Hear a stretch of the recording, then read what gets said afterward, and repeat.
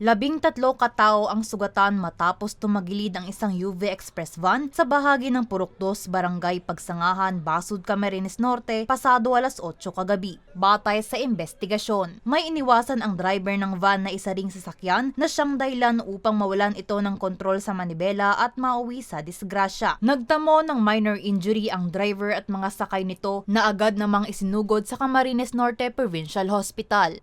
Meron po isang concerned citizen na tumawag sa atin na meron nga daw pong aksidente nangyari dito po sa lugar. Pagpunta po doon ng ating pulisya, na-discover po itong nakatawag na Isuzu van na UV Express.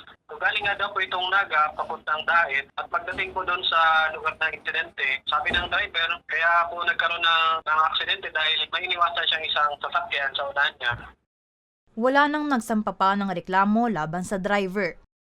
Dito pong driver natin ay pinalaya na po mula sa kustodya ng PNP dahil nga po hindi man po interesadong magkaso ito pong mga pasahero po ng UV Express.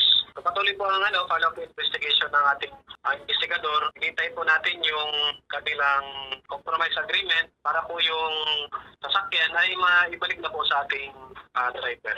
Kaugnay nito, muli namang nagpaalala ang otoridad na maging maingat sa pagmamaneho at sumunod sa mga safety protocols upang maiwasan ang ganitong mga insidente. Para sa mga balitang Tatak, Bicol, Elian Zone.